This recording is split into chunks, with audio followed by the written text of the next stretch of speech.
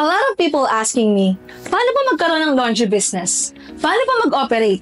Kamusta ba ang income? At magkano yung puhunan? Ilang years ba yung ROI? Well, sa totoo lang, di ko din alam. Pero ako, alam ko.